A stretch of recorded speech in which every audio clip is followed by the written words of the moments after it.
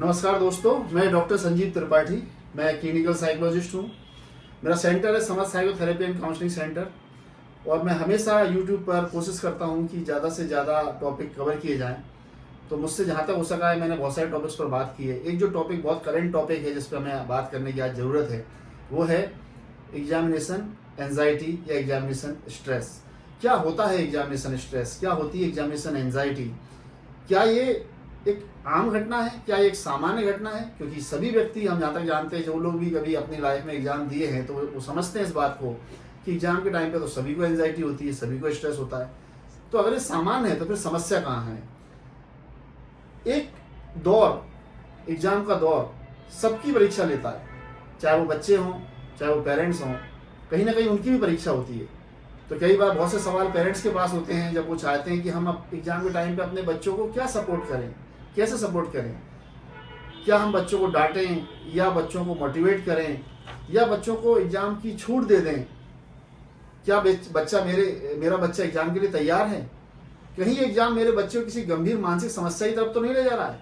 ऐसे बहुत से ज्वलंत मुद्दे हैं जिन पर आज हम बात करेंगे, चर्चा करेंगे। मेरे साथ हैं डॉक्टर विजय रघुवंशी जी।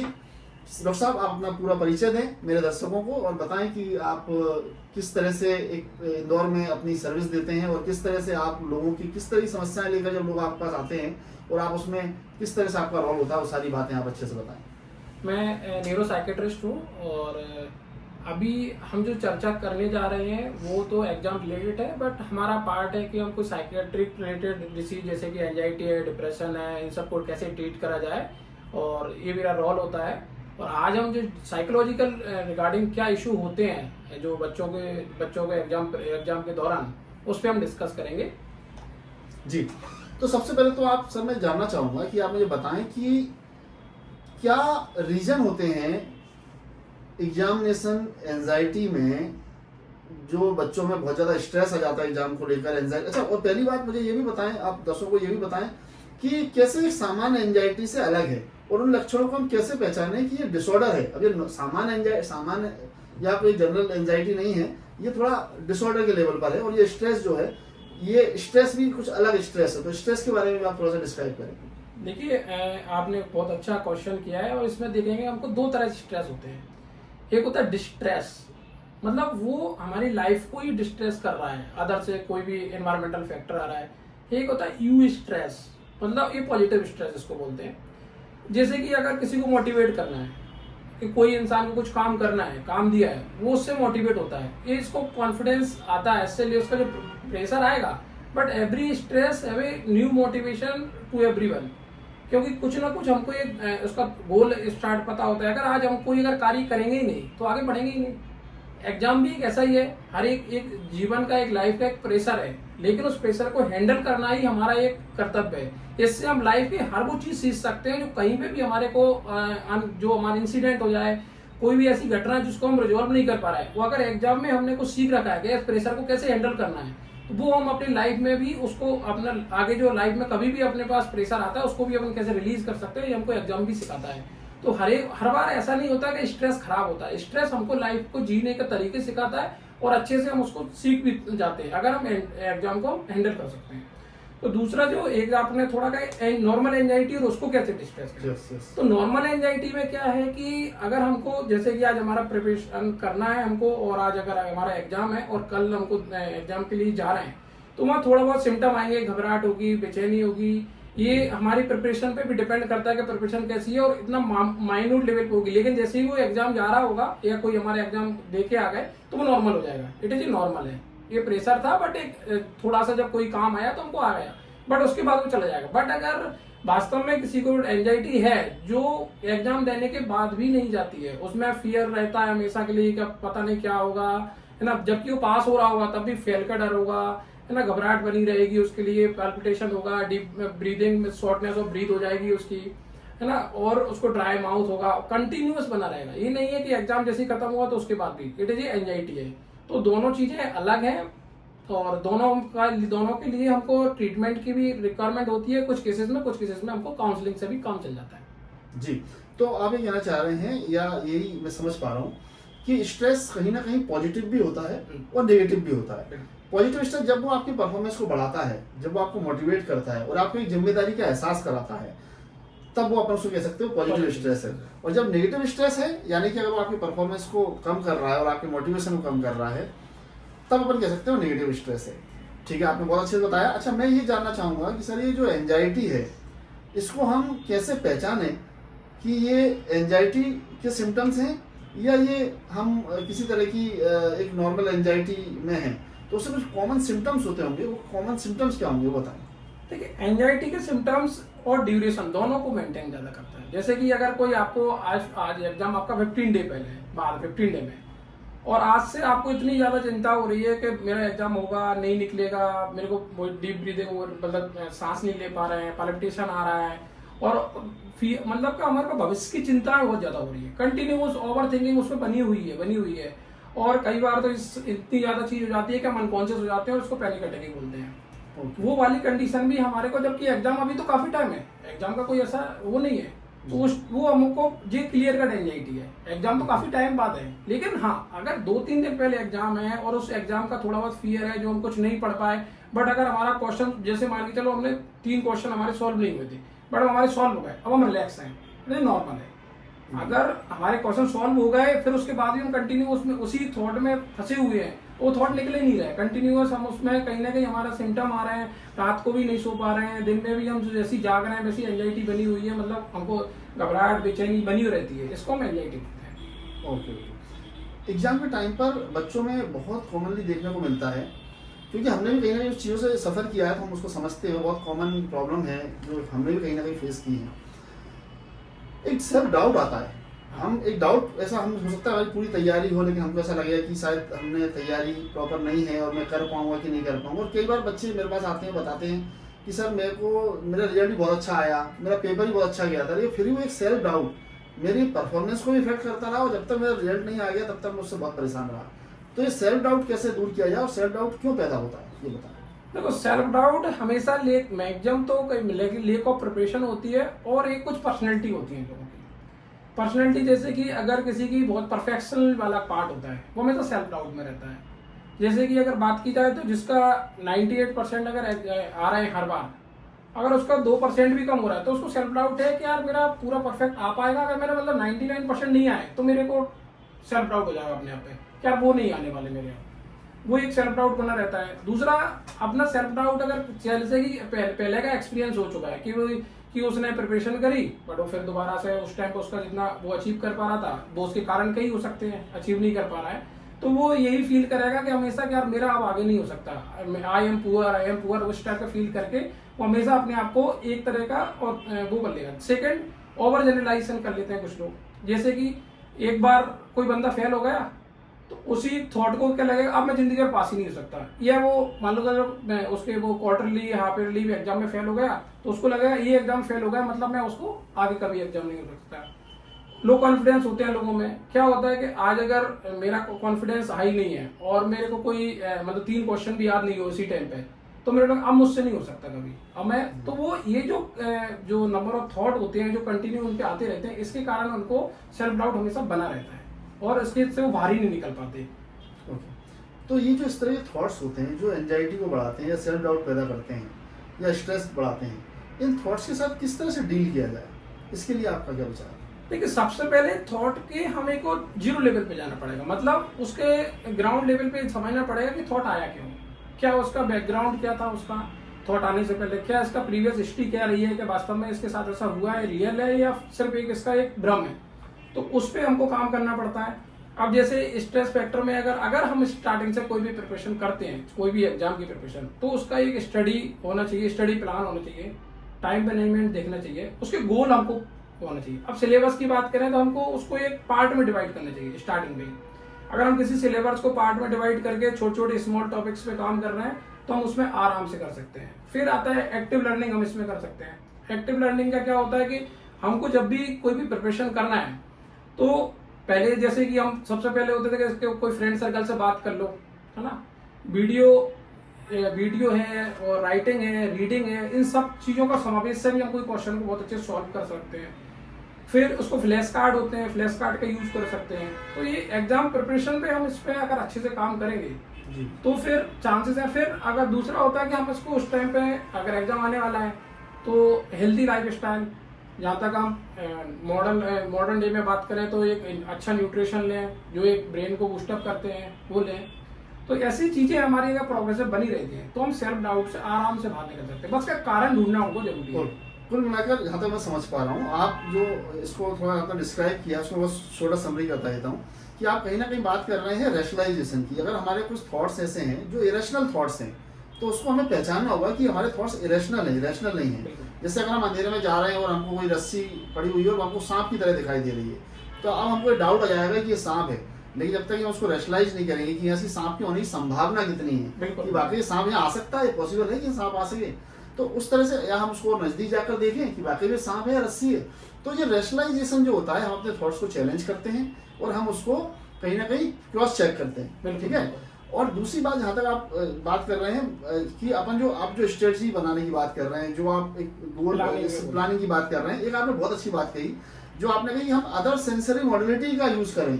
हम वो फ्लैश कार्ड जो आप बात कर रहे हैं या हम ऑडिटरी लर्निंग का यूज कर सकते हैं कि हम जो कुछ पढ़ रहे हैं उसको हम रिकॉर्ड करें और फिर खुद ही उसको सुने, या आप अपने पेरेंट्स को बोले वो आपको पढ़ के सुनाए और आप सिर्फ सुने, और आप खुद भी पढ़ें तो जोर से पढ़ें उसको और आपको सुनाई भी दे, इस तरह से पढ़ें।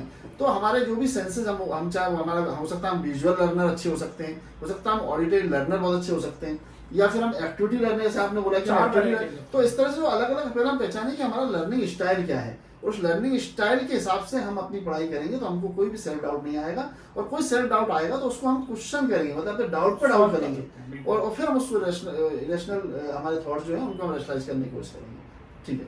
अच्छा सर, इसमें एक और बड़ा महत्वपूर्ण सवाल उठता है कि इसमें पेरेंट्स का रोल क्या हो, एक फैमिली सपोर्ट सिस्टम क्या हो, उसको आप किस तरह से देखते हैं? देखिए, पेरेंट्स का काफी हद तक रोल होता है। सबसे पहले तो उनको इमोशनल सपोर्ट है। कोई भी स्टूडेंट है, अगर हमको उसको ये काम रखना है ना, इमोशनल सपोर्ट में क्या होता है कि उसको कोई भी ऐसी चीजें कमेंट नहीं करना है जिसके कई बार उसकी सुनना ज्यादा है। अब एग्जाम है, अब वो बच्चा बोल रहा है मैं पढ़ाई में मन नहीं लग रहा है मदर या फादर से, लेकिन बोल रहे हैं अरे पढ़ाई में कर तेरा मन नहीं लगता, इस टाइप का नहीं बोलना है। हमको उसको एक बात को सुनना है, उसकी लिसन करना है, उसकी प्रॉब्लम कहाँ आ रही है, क्या वो रात को सो नहीं पा रहा है वो प्रॉब्लम है, या वास्तव में उसको प्रिपरेशन में प्रॉब्लम आ रही है, तो उसकी उस चीजों के इमोशनल लेवल पे उस पर काफी अच्छे से हैंडल करना है। तो एक सबसे पहला पार्ट करता है। दूसरा पार्ट आता है उसको एनवायरनमेंट प्रोवाइड कराना। अब एनवायरनमेंट में हम उसको ऐसा नहीं है कि यार ठीक है, कई बार हमने घरों में देखा है कि एक बच्चे का चेयर यहाँ पर है, पेरेंट्स भी अपने 2-3 दोस्त भी आ गए पेरेंट्स के, वो भी बातें करते हैं, रिश्तेदार भी आ गए, भले एग्जाम है बच्चे का, लेकिन वो उनको टाइम ही नहीं दे पा रहे। वो ठीक है तुम तुम्हारी पढ़ाई कर लोगे, नहीं ऐसा नहीं, उनको प्रॉपर टाइम वो दें, एनवायरनमेंट ऐसा दें जहाँ साइलेंट रहे, बच्चा अपने आप से प्रिपेयर कर पाए। फिर सेकंड वही बच्चे के लिए कि उनके माता पिता का रोल होता है हेल्दी लाइफ स्टाइल, कि बच्चे को टाइम पे मतलब कि जो भी खाना है वो अच्छा फूड दें, हेल्दी फूड दें, जिससे उसका ब्रेन बूस्ट हो और वो अच्छे से प्रिपेयर कर पाए। सेकंड, उसको रिमाइंड भी कराना है। अब स्टार्टिंग में अगर प्रिपरेशन मान के चलो, कई बार बच्चे होते हैं थोड़े कुछ अलग अलग पर्सनैलिटी के बच्चे होते हैं, वो ध्यान नहीं दे पा रहे हैं, तो पेरेंट्स का वहाँ काम है कि उसको थोड़ा टच करते रहें, उनको गाइड कराते रहें कि बेटा इसको करना है, इसको करना है, या टाइम पे जैसे कुछ मदर का रोल होता है कि 4 बजे अगर बच्चा नहीं उठ पा रहा है पढ़ाई के लिए तो उसको एक बार सो गया फिर से उठाना चाहिए, तो ये हमारा दायित्व बनता है। फिर इसके साथ साथ में हमको ये है कि एग्जाम प्रिपरेशन के पहले, जैसे कि अब आज एग्जाम है तो हमको क्या क्या बच्चे के लिए एग्जाम लेटर आया है उस पर कैसे काम करें, एडमिट कार्ड उसका आया है वो उसमें कहाँ है, कौन सी जगह पे, कौन सी प्लेस पे है, उसको पहले से ध्यान में है, उसमें कोई चीज भूल तो नहीं रहा वो ले जाने के लिए। तो हर एक चीज का हमको उस पर याद रखना चाहिए, और उसका इमोशनल सपोर्ट यहाँ पे सबसे ज्यादा है। तो पेरेंट्स अगर इन सब चीजों पे उसका फोकस करते हैं तो काफी अच्छे से बच्चा अपनी वो हैंडल भी कर सकता है और इस सिचुएशन से बाहर आ सकता है कि उसको कोई एग्जाम में कोई प्रॉब्लम आई। कुल मिला के उसको मोटिवेट करने की जरूरत है, उसके साथ थोड़ा टाइम स्पेंड करने की जरूरत है और उसके साथ फ्रेंडली होने की जरूरत है। मतलब आप अगर उस बच्चे के दोस्त बन पाते हैं तो ज़्यादा अच्छा है। अगर आप जजमेंटल हो जाएंगे कि आप उसको तुम पढ़ाई अच्छे से नहीं कर रहे हो, तुम कमजोर हो, उसने नेगेटिव कमेंट इस तरह के देना, इस तरह शब्दों का इस्तेमाल ना करें। उसको हमेशा मोटिवेट करें कि आप बहुत अच्छा कर रहे हो और बहुत अच्छा करोगे, इस तरह का इस्तेमाल करना शब्दों का, और बच्चों के साथ थोड़ा टाइम स्पेंड करने से उनका स्ट्रेस जो है वो रिलीज हो, और बच्चों को इस बात के लिए प्रोत्साहित करना, ये बड़ी महत्वपूर्ण बात है कि वो जो भी फील कर रहे हैं वो आपसे शेयर करें। तो कई बार बच्चे शेयर नहीं कर पाते हैं, वो अंदर ही अंदर वो एंजाइटी उनकी बढ़ती जाती है और वो बच्चे भी कई बार, अभी बच्चों के लिए भी है कि बच्चे कई बार सोचते हैं कि पेरेंट्स हमारे बहुत स्ट्रेस में जाएंगे, एंजाइटी में जाएंगे, तो बहुत सारे बच्चे अपने पेरेंट्स को बताते हैं, इसलिए भी नहीं बताते हैं। तो अगर आप इस तरह की समस्या से गुजर रहे हैं इमोशनली, तो आप अपने पेरेंट्स से बात करें, अपने दोस्तों से बात करें, बात जरूर करें। तो इसमें बात करना सबसे ज़्यादा रिकमेंड किया जाता है, और पेरेंट्स अगर उनके साथ फ्रेंडली होंगे तो बच्चे आपके साथ बात करने में ज़्यादा अच्छा कंफर्टेबल फील करेंगे। एक तो ये। अब सर एक और बात है, जो एग्जाम के टाइम पर बहुत सारे बच्चों में देखा गया पैनिक अटैक बहुत ज़्यादा देखने को मिलता है, और ये पैनिक अटैक उस एग्जाम टाइम पर बढ़ जाते हैं, और कई बार ये ब्लैकआउट जैसी कंडीशन पैदा कर देते हैं। मतलब एग्जाम के दौरान बच्चा सब पढ़ के गया है, सब कुछ अच्छा का तैयारी करके गया है, लेकिन वो एग्जाम के टाइम पर उसको एकदम पेपर जब वो सामने आता है उसको एकदम ब्लैकआउट हो जाता है, और वो पूरा बच्चा बैठा रह जाता है एग्जाम में सब कुछ जानने के बावजूद भी। और ये क्या कंडीशन है और ऐसा क्यों होता है? पैनिक अटैक क्या है पहले आप ये बताएं, और ये ब्लैकआउट क्या है इसको आप समझाएं। देखिए, पैनिक अटैक क्या होता है, कुछ बच्चे होते हैं वो अपने प्रेशर को नहीं झेल पाते। वो जो कंडीशन, जैसे ड्यूरिंग द इंटरव्यू हमारे ब्लैकआउट बहुत ज्यादा देखा गया है कि जो सब कुछ याद था बट नहीं है, एग्जाम आया, एग्जाम में जैसे ही वो क्वेश्चन आंसर देखा उसको सब कुछ गोल हो गया, इट इज ब्लैकआउट है। पैनिक अटैक, अब वो उस कंडीशन में जा रहा है, जैसे प्रिपरेशन कर रहा है, सुबह एग्जाम है तो रात को उसको इतनी ज्यादा चिंता होगी, घबराहट होगी, और वो या तो अनकॉन्शियस भी हो सकता है, मे बी पॉसिबल, और काफी ज्यादा पाल्पिटेशन होना है, डीप ब्रीथिंग होना है, और ड्राई माउथ होना, और हाथ पैर कपकपाते हैं उसके, काफी ज्यादा उसको प्रॉब्लम आती है, कि पैनिक अटैक बोलते हैं। होता क्यों है? क्योंकि कई इसके फैक्टर हैं, ऐसा नहीं एक सिंगल फैक्टर है। एक उसकी खुद का पर्सनैलिटी डिपेंड करती है, उसका लेक ऑफ प्रिपरेशन सबसे ज्यादा यहाँ पे रहती है, मिसमैनेजमेंट इसका रहता है, टाइम को मैनेजमेंट नहीं कर पाना ये रहता है। तो ये कई कारण होते हैं। सेकंड, अब हम इस पे काम कैसे करना चाहिए, ये प्रॉब्लम है। तो पहले अगर कोई चीज आ रही है तो पहले तो हमारे जो थॉट, जैसे आपने बताया था इरेशनलाइज थॉट हो जाते हैं, वो थॉट को हमको वास्तव में रियलिटी है या नहीं है इसको पहचानना चाहिए। कोई भी चीज को क्या वास्तव में, अब क्या होता है कि जैसे कि कुछ थॉट आते हैं कि उसको प्रॉब्लम आ रही है ना, अब उसको क्वेश्चन का कैसे स्थिर आएगा कि ये तो मैं हो ही नहीं सकता, मैं इसमें फेल हो ही जाऊंगा। अगर रात को ऐसे बच्चे पढ़ाई कर रहा है और सोच रहा है कि यार कल तो ऐसे क्वेश्चन आएंगे जब मैंने पढ़ाई नहीं है सिलेबस में, ये इरेशनलाइज थॉट है। क्या मतलब इसका कुछ होना जाना नहीं है, मतलब आएंगे और आए तो अभी यही नहीं है, तब से वो उसकी मतलब भविष्य को लेकर काफी चिंताएं रहती है उसमें।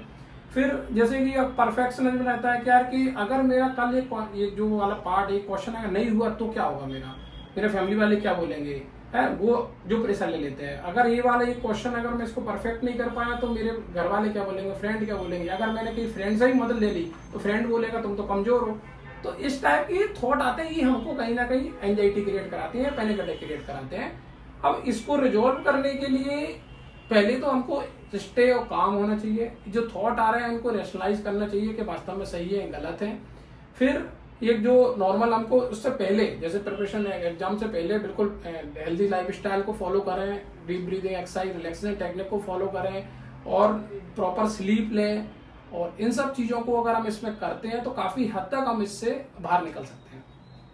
ओके सर, ये पैनिक अटैक जब आ रहा है तो उससे कैसे डील किया जाए, और पैनिक अटैक कैसे इसको कम किया जा सकता है, और इसका क्या जो इंस्टेंट रिलीफ देने वाली कोई चीज, कोई टेक्निक अगर आप बता पाए तो बच्चों के लिए बहुत ही महत्वपूर्ण होगी। देखिए, इसमें सबसे अच्छा पार्ट होता है हमारे रिलैक्सेशन टेक्निक, जो हम कई बार करते हैं। अब रिलैक्सेशन टेक्निक कैसी होती है वो हम आपको बता देते हैं। देखिए, एक नॉर्मली रिलैक्सेशन टेक्निक होती है जिसमें हम क्या करते हैं कि 4 सेकंड के लिए सांस को एक्सेल करते हैं, देन इनहेल करते हैं, सॉरी, फिर देन 4 सेकंड के लिए उसको होल्ड करते हैं, और 7 सेकंड के लिए उसको एक्सेल करते हैं। ये नॉर्मल है, जब भी आपको कभी आ रहा है तो 4 सेकंड के लिए इनहेल करिए, मतलब सांस को लीजिए, फिर 4 सेकंड को रोकिए, फिर इसको 7 सेकंड के लिए आपको बाहर निकालना है। इसको कम से कम 5 से 10 से 15 मिनट ये वाली प्रोग्रेस, ये वाली जो टेक्निक है इसको कर सकती है। सेकंड होती है प्रोग्रेसिव मसल रिलैक्सेशन। इसमें हम क्या करते हैं कि हर एक पार्ट की, मतलब हमारे मूवमेंट होते हैं, हर एक मसल, जैसे ये वाली मसल है, ये वाली मसल है, इसको हम बोलते हैं, इसमें हम रिलैक्सेशन देखते हैं। हर एक पार्ट को टेंस है, इसको बिल्कुल रिलैक्स करना है, यहाँ पर छोड़ देना है, मतलब हर एक मूवमेंट पर रिलैक्स होगा। जो बहुत लॉन्ग है लेकिन हम इसको समझाएंगे आज के बाद में। सेकंड पार्ट होता है ग्राउंडिंग टेक्निक होती है कुछ हमारी, जैसे उस टाइम पे हमको बहुत प्रॉब्लम हो रही है, थॉट नहीं जा रहा है, तो हमको क्या करना चाहिए कि 5 बार कुछ चीजों को देखना चाहिए। जैसे कि कोई भी 5 चीजें हैं जिसको हमको आराम से, जिसको महसूस कर सके, उसको देखें। इसमें 4 चीज को टच करना चाहिए, जिसको ग्राउंडिंग टेक्निक बोलते हैं एक्चुअली। फिर हमको टच करना चाहिए, कोई भी एक पार्ट है, नोज है, ईयर है, और इसको बोल के भी टच कर सकते हैं और फील कर सकते हैं। थर्ड इसमें आता है कि हमको 3 चीजों को कम से कम सुनना चाहिए। कोई भी लिसन, कोई भी साउंड है, वो चीजों को सुने, किसी भी चीज के लोगों की पहचान सुने, तो वो हमारे सेंसेशन एक्चुअली हमारे अंदर आते हैं। से 2 बार हमको कम से कम कोई को मतलब कोई भी हमारी जो वॉइस है उसको सूंघना चाहिए, किसी भी पार्ट को, किसी की स्मेल लेना चाहिए, लौंग की है, किसी की भी ले सकते हैं जो आपको वो अच्छी लगती है वो ले, फूल की है अच्छी खुशबू आती है उसकी महक लें। फिर कोई भी चीज को टेस्ट करना चाहिए कि स्वाद आ रहा है कि नहीं आ रहा है। एक्चुअली जब हम इन सब सेंसेशन पे काम करते हैं तो ये सेंसेशन हमको काफी अच्छा फील कराते हैं, और जो डिस्ट्रैक्ट कराते हैं उस थॉट से, जो उस टाइम पे डिस्ट्रैक्शन हो रहा था वो हमारा एक्चुअली थॉट ही तो था जो हमको प्रॉब्लम दे रहा था, अदरवाइज हम नॉर्मल थे। तो जो सेंसेशन है हमको काफी अच्छा राहत देते हैं और फील कराते हैं। फिर ये हमको एक नॉर्मल भी जो रिलैक्सेशन कर सकते हैं, इसमें हमारी नॉर्मल स्ट्रेचिंग होती है बॉडी की, वो करें। इन सब टेक्निक के माध्यम से हम आराम से इस चीज से निकल सकते हैं। बहुत सारे रिलैक्सेशन टेक्निक इंटरनेट पर ही मौजूद हैं। सर ने जो नाम लिया है PMR, JPMR भी बोलते हैं उसको, वो आपको मिल जाएगी। सर ने जो बोला डीप ब्रीदिंग टेक्निक बताई सर ने, वो बहुत अच्छी टेक्निक है। ग्राउंडिंग टेक्निक बताई है। ये बहुत सारी टेक्निक्स हैं, वो सिंपल टेक्निक है। आप ड्यूरिंग एग्जाम भी इसको आप कर सकते हैं, अगर आपको ऐसे ब्रेकआउट जैसी कंडीशन बन रही है तो। और दूसरा, एक बात बड़ी प्रचलन में आती है, ये प्रोफेशनल्स इस बात को अच्छे से जानते हैं कि एंजाइटी अटैक या पैनिक अटैक का डर फिर से पैनिक अटैक लाता है। तो आपको पैनिक अटैक से डरने की जरूरत नहीं है। वो आपको किसी तरह से फिजिकली इमोशनली हर्ट नहीं करने वाला है, और वो परमानेंट नहीं रहने वाला है। आप चाहते भी उसको रोक नहीं सकते, वो ऑटोमेटिकली 10 से 15 मिनट बाद वो चला जाएगा। लेकिन अगर आप उससे डर गए तो फिर वो बाद में फिर आ जाएगा। तो अगर आप नहीं डरेंगे, उससे डील करना सीखेंगे, जैसे सर ने बताया वो टेक्निक को यूज करेंगे, या खुद थोड़ा उसको पेशेंस रखेंगे, तो वो पैनिक अटैक दोबारा नहीं आएगा। ये बड़ी महत्वपूर्ण बात है। अब सर, एज ए प्रोफेशनल कब ये समझे, मतलब एज ए पेरेंट लोग ये कब रियलाइज करें, कब समझें इस चीज़ को कि हमारे बच्चे को एक प्रोफेशनल हेल्प की ज़रूरत है, और हमको किसी क्लिनिक पे कंसल्ट करना चाहिए, किसी क्लिनिकल साइकोलॉजिस्ट से मिलना चाहिए, या किसी साइकेट्रिस्ट से मिलना चाहिए। ये वो स्थिति कब है जब उनको रियलाइजेशन हो, और उस समय ये बच्चे को इस तरह की प्रोफेशनल हेल्प दे पाए। देखिए, जैसे आज ही सुबह एक क्वेश्चन कॉल आया कि सर मेरा एग्जाम है 10 डे के बाद और मुझे नींद नहीं आ रही है। मैंने सब कुछ, मैंने इसको बेसिक टेक्निक भी बताई थी, तो बट वो सब फॉलो करने के बाद भी वो नहीं कर पा रहा। दैट्स आई नीड के उसको कहीं ना कहीं अभी नीड है। फिर सेकेंड, और भी जो पेरेंट्स को कैसे समझना चाहिए, तो अगर बच्चा, जैसे कि अगर बच्चा पहले काफी प्रिपरेशन कर रहा था, अगर बिफोर एग्जाम की बात करते हैं अपन तो, कि अगर वो काफी प्रिपरेशन कर रहा था, अच्छा मन लग रहा था उसका पढ़ाई करने में, बट अब क्या कर रहा है बच्चा, ना तो उसका मन लग रहा है, अब वो बोल रहा है पापा से, मम्मी से भी बात करता है, मेरा बिल्कुल मन नहीं लगता है, ना पढ़ाई हो पा रही है, ना ओवर थिंकिंग कंटिन्यू बनी हुई है, अटेंशन कंसंट्रेशन उसका जा चुका है, एंजाइटी उसको बनी रहती है, और स्लीप उसको नहीं आ रही है, भूख उसको प्रॉपर नहीं लग रही है। ये अगर सिम्टम उसके कंटिन्यू 10 या 15 डे भी बने रहते हैं, तो उसको 100% किसी प्रोफेशनल को दिखाना चाहिए, क्योंकि ये उसका डिप्रेशन एंजाइटी में कन्वर्ट हो चुका है, जो उसका एक स्ट्रेस फैक्टर था। तो अब उसको यहाँ पर नीड है कि सम मेडिसिन और काउंसलिंग की, तो वो बिल्कुल उस कंडीशन में उसको दिखाना चाहिए। सर, और कोई लास्ट आप कोई एडवाइस पेरेंट्स को देना चाहें, बच्चों को देना चाहें, सोसाइटी को कोई मैसेज देना चाहें, तो आप अपनी बात इस मंच से दें। देखिए, बिल्कुल सोसाइटी को हम एक ही बोलना चाहेंगे, ये हमने बात करी एग्जाम प्रेशर पे, स्ट्रेस पे, डिस्ट्रेस पे, बट ये हो क्यों रहा है, ये अभी तक हमने इस चीज को नहीं समझा है। और सोसाइटी को देखिए, जब हमारा 10th क्लास बच्चा होता है, 10th क्लास तक बच्चा आया, तो तब तक पेरेंट्स का काम होता है, ठीक है, क्योंकि बच्चे की पर्सनैलिटी डेवलप हो रही होती है, नई पर्सनैलिटी में जो होता है, तो वहाँ हम उसको पेरेंट्स को गाइड कर सकते हैं, उसको कुछ एडवाइस भी दे सकते हैं, और उसमें जो भी कुछ उसका इनपुट डाल सकते हैं वो डाल सकते हैं। बट बच्चा जब 10th क्लास में आ रहा है, मतलब कि 16-17 का हो चुका है बच्चा, अब 10th क्लास में एक्चुअली आपने देखा गवर्नमेंट ने सब्जी के 5 सब्जेक्ट अलग अलग देते हैं, कोई आर्ट लेता है, कोई बायोलॉजी लेता है, कोई मैथ लेता है। ये क्यों ले रहा है, इस चीजों को समझना पड़ेगा आपको। क्यों ऐसे गवर्नमेंट ने 10th क्लास में इसके सब्जेक्ट करे, 8th में नहीं करे, 6th में नहीं करे, या पहले भी कर सकते थे? कोई तो कारण होगा। कारण है कि इसकी पर्सनैलिटी अब यहाँ तक डेवलप हो चुकी होती है ना, उसका जो व्यक्तित्व है, उसका जो कहाँ ग्रो करना है, क्या उसकी चाहत है, वो सब कुछ उसका हो चुका है। अब 10th क्लास में अगर बच्चा है, तो पेरेंट्स को देखना चाहिए कि बच्चे की चाहता क्या है। इवन उनके टीचर को ये पता होना चाहिए। हमको ऐसा नहीं है कि हमने क्या किया, एक बच्चे ने आर्ट लिया तो आर्ट ले लिया, एक बच्चे ने मैथ लिया तो मैथ ले लिया, एक बच्चे ने बायो लिया तो यार इसका भाई के साथ बच्चे ले रहा, ऐसा नहीं लेना है। और उसको सबसे ज्यादा प्रॉब्लम, अगर हम यहाँ पर अगर उस पर काम कर लेते, तो मुझे नहीं लगता कि उसके आगे चल के जिंदगी में वो कहीं रहेगा। मतलब जो बच्चे की प्लेजरेबल है, जो उसको खुद फील होता है कि यार मुझे मैथ अच्छा लगता है, और उसके मैथ अगर उसको अच्छा लगता है, तो उसके मैथ के एंड जो रिजल्ट होते हैं, मतलब मैथ से क्या बनता है, वो उसको कहाँ जाएगा, क्या इससे बन पाएगा वो, तो वो सब चीजें उसको पहले से उसको बता देना चाहिए। अगर बायोलॉजी लेना चाहता है, तो बायोलॉजी के क्या इसके एडवांटेज है, क्या डिसएडवांटेज है, उसके बारे में प्रॉपर उसको बात करना चाहिए। आर्ट लेना चाहता है, तो उसके एडवांटेज क्या है, डिसएडवांटेज क्या है, तो वहां पर जब वो अपनी खुद की मर्जी से अपना कुछ भी सब्जेक्ट लेगा तो वो अच्छे से प्रिपरेशन कर पाएगा और अपना पूरा कॉन्फिडेंस के साथ अपना काम कर पाएगा। तो ये यहाँ पर पेरेंट्स का बहुत ज्यादा रोल होता है, इवन पेरेंट्स और टीचर का भी यहाँ पे रोल होता है। सेकंड, अगर हम इसी पे बात करें तो अभी कुछ टाइम पहले कोटा में जो घटनाएं हुई है, खासकर की सुसाइडल थॉट और सुसाइडल अटेम्प्ट भी हुआ है, थॉट नहीं अटेम्प्ट भी हुआ है, उसका कारण एक ही था कि जब बच्ची से पूछा गया कि आखिर हमारी मेरी प्रॉब्लम क्या है, और उन्होंने एक लेटर में भी लिख के दिया। उसका कारण यही है कि वो पेरेंट्स को तो लगता है कि आज हमको इसको डॉक्टर बनाना है या इंजीनियर बनाना है, और उसको एक प्रेशर डाल दिया जाता है। अब उस बच्ची से नहीं पूछा गया कि तुमको क्या बनना है, बट हमारा उद्देश्य था कि हमारी बच्ची एक अच्छा बड़ा मुकाम हासिल करे। हम ठीक है, अच्छा है, पेरेंट्स जानते हैं, पेरेंट्स अपने लिए, लेकिन उस बच्ची के इमोशन को भी समझना पड़ेगा, उसके थॉट लेवल को समझना पड़ेगा कि वास्तव में इसको अच्छा भी लग रहा है कि नहीं लग रहा है। और बच्ची उस टाइम पे वो एग्जाम का प्रेशर ना झेलते हुए वो घुटन महसूस कर रही थी वहां पे, और वहां उसको बिल्कुल अच्छा नहीं लग रहा था पढ़ाई करने में।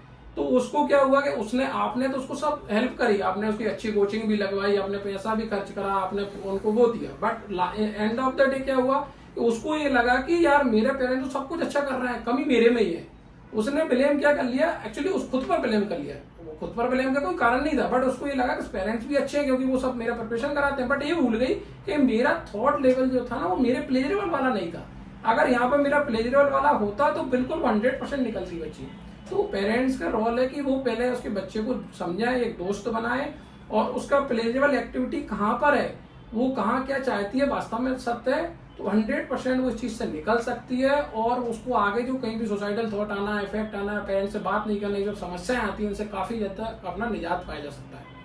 क्या बात है डॉक्टर साहब, आपने बहुत अच्छी बात कही है। सोसाइटी के लिए, लोगों के लिए, समाज के लिए ये बहुत जरूरी है कि हमको बच्चे के इंटरेस्ट को पहचानना है। सर ने जो बताया कि उसका इंटरेस्ट क्या है, एज ए साइकोलॉजिस्ट जो मैं समझ पाता हूँ, जो हम लोग ट्रेनिंग लेते हैं इस चीज में, एक प्रॉपर करियर काउंसलिंग होनी चाहिए बच्चे की। बिल्कुल। क्योंकि ये भी जरूरी है कि बच्चे का इंटरेस्ट तो है पर एबिलिटी है कि नहीं। तो उसमें एप्टीट्यूड टेस्ट होता है, उसका एक पर्सनालिटी टेस्ट होता है, उसका एक IQ टेस्ट होता है। इन सबको मिलाकर उसका पूरा करियर गाइडेंस उसको दिया जाता है।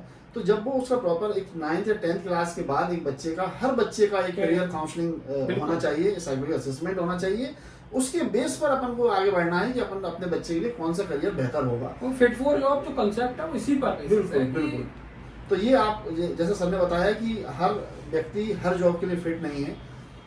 हर व्यक्ति किसी न किसी चीज के लिए बना है, वो किस लिए बना है, उसकी विशेषता क्या है, क्यों वो इस जमीन पर आया है, नेचर उससे क्या चाहता है, उससे क्या प्रोडक्टिविटी निकालना चाहता है, वो सब उसके अंदर है। बस हमको उसको पहचानने की जरूरत है। बहुत अच्छा डॉक्टर साहब, आपने बहुत अच्छी आपसे बातचीत रही, और बहुत मैं समझता हूँ दर्शकों को बहुत सारी जानकारी ऐसी मिली है जो कई बार उनके सवाल है एग्जाम के टाइम पे जो पूछना चाहते हैं, बच्चे पूछना चाहते हैं, बड़े भी पूछना चाहते हैं। टीचर्स भी बहुत सारे ऐसे होते हैं जो बच्चों के लिए कंसर्न रखते हैं। तो टीचर के लिए भी बहुत ही अच्छा, टीचर्स के लिए भी बहुत अच्छा एक प्रोग्राम रहा है। अगर अब आगे भी आपको लगता है कि आपके बच्चे के साथ जुड़े हुए कुछ ऐसे सवाल हैं, या आपको लगता है कि एग्जाम में और क्या बेहतर हम अपने बच्चे के साथ कर सकते हैं, तो आप इसमें अपने कमेंट्स जरूर डालें। आपके क्वेश्चंस को देखते हुए, आपके क्वेश्चनों को हम समझते हुए हम कोशिश करेंगे फिर एक अगला प्रोग्राम एग्जाम से पहले हम रखें, जो और भी ज्वलंत मुद्दों पर और ही समस्याओं के साथ कैसे उनके समाधान को हम देख सकें और कैसे हम ऑनलाइन सपोर्ट आपको कर सकें। हमारी पूरी कोशिश रहेगी कि हम वो सारी समस्याएं आपकी समराइज करके उसके लिए एक प्रोग्राम बनाएं जो बच्चों के लिए बहुत इफेक्टिव रहेगा, पेरेंट्स के लिए भी, टीचर के लिए भी। Thank you. Thank you.